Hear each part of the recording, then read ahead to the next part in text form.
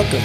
My name is Leighton Pinion from Deer Valley High, and in episode 1, we will be talking about progressive metal and what really defines it. We'll cover time signature changes, a little bit of history, subgenres, and the future of progressive metal and metal evolution. We will go into deep detail about the chord structures, song structures, drumming structures, the different subgenres, and how I play in progressive metal.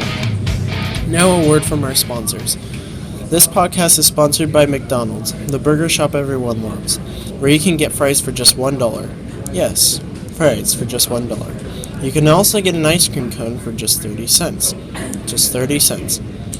Or $3.99 can get you a Big Mac. A lot of burger for your buck. I'm loving it. Now, to our show.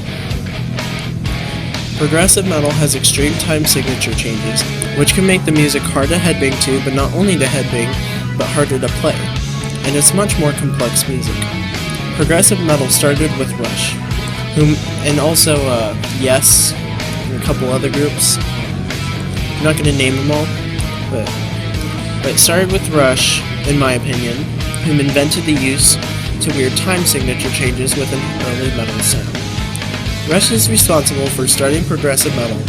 They are as big of an influence to heavy metal as Deep Purple and Black Sabbath.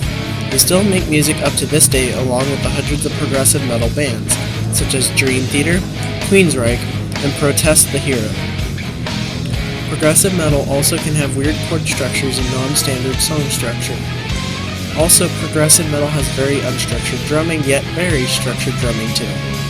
Not only that, but it has very complex guitar playing, uses weird scales, etc.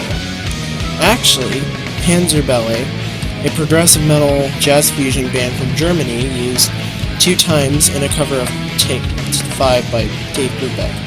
What I mean by 2 times is they play in 5/4 and 4/4 at the same time. And it was actually really strong for having 2 different time signatures.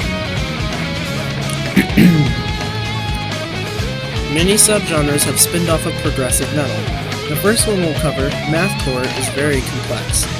It is complex because it uses a lot of complex math to make music. Loads of time signature changes, key signature changes, etc. That sounds really cool as if it were a super progressive metal.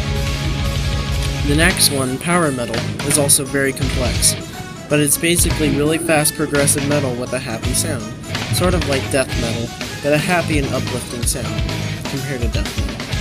And it's very fast, uses a lot of keyboards and whatnot, like synthetic sounds, a lot more than progressive metal usually would. I mean, depending on who you listen to, Dream Theater has a lot of keyboards too, pretty crazy keyboards.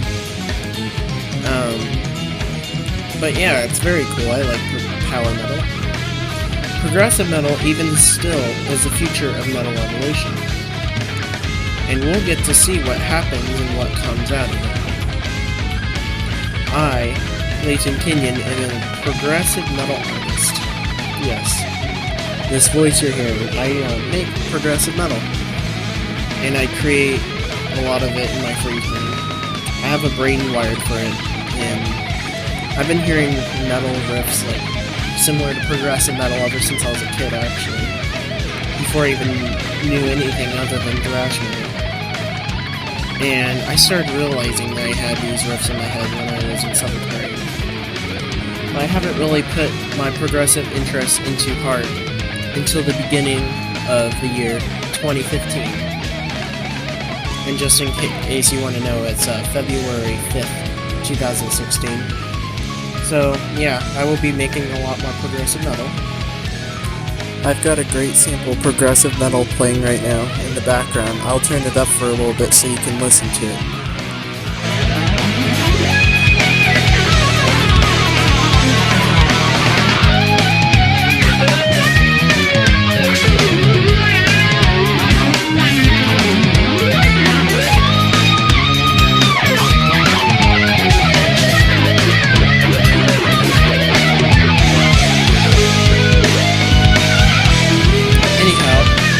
Thanks for listening to my podcast.